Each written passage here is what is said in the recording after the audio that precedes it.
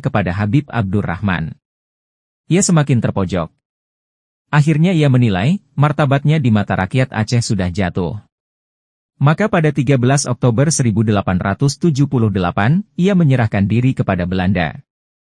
Syaratnya, ia akan menetap di Mekah dengan menerima uang tahunan atas tanggungan pemerintah kolonial Belanda, senilai $10.000 Amerika.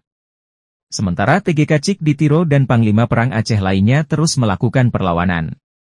Bagi Belanda, menyerahnya Habib Abdurrahman merupakan sebuah kesuksesan besar.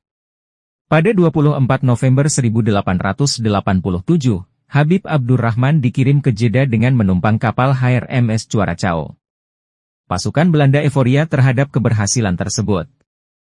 Malah, Mayor Maceot, seorang opsir Belanda, memplesetkan lagu Valdera Dera yang populer saat itu untuk menggambarkan kesuksesan itu. Bunyinya, "Nun di sana terapung istana samudra, namanya Cuaracao, Habib yang berani akan dibawa ke Mekah tujuan nyata, kini ia berdendang riang Valdera Dera, untuk gubernemen kita, banyaknya sekian ribuan dolar sebulan, tidak cerdikkah saya?" Kisah membeli kebaikan musuh dengan suapan, merupakan upaya yang gencar dilakukan Belanda menaklukkan para pemimpin Aceh kala itu.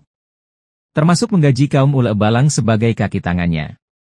Meski Habib Abdurrahman sudah di Mekah, Belanda terus melakukan hubungan korespondensi dengannya, untuk mengetahui seluk-beluk dan kelemahan masyarakat Aceh.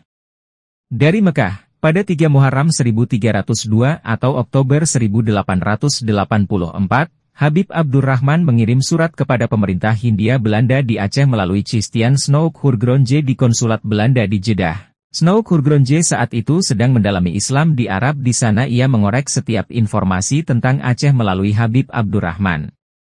Habib Abdurrahman dalam suratnya mengusulkan agar Belanda membentuk administrasi pemerintahan yang baru di Aceh, yakni mengangkat seorang muslimin yang mempunyai pemikiran yang cemerlang, berasal dari keturunan ningrat dan faham akan persoalan-persoalan yang berhubungan dengan pemerintahan Aceh. Masih menurut Habib Abdurrahman dalam surat tadi, orang tersebut harus diberi gelar raja atau sederajat, sebagai administrator yang bekerja untuk Belanda atas nama seluruh rakyat Aceh. Orang tersebut juga harus mampu menjadi penyeimbang antara hukum agama dengan hukum duniawi. Maka menurut Habib Abdurrahman, bila orang seperti itu diangkat sebagai pemimpin rakyat Aceh, maka rakyat Aceh akan mengikutinya. Di akhir surat itu, Habib Abdurrahman membubuhkan tanda tangannya yang disertai stempel Rijksbestuurder dari pemerintah Aceh. Namun di sisi lain, meski tinggal di Arab, Habib Abdurrahman juga terus melakukan hubungan dengan para pejuang Aceh, melalui orang-orang Aceh yang melaksanakan ibadah haji setiap tahun. Dari sana pula, ia memompa semangat pejuang Aceh untuk terus melawan Belanda, meski ia sendiri telah menyerah dan menerima sejumlah kompensasi ekonomi dari pemerintah Belanda. Dua sikap yang saling bertentangan, kalau tak elok disebut sebagai pisau bermata dua.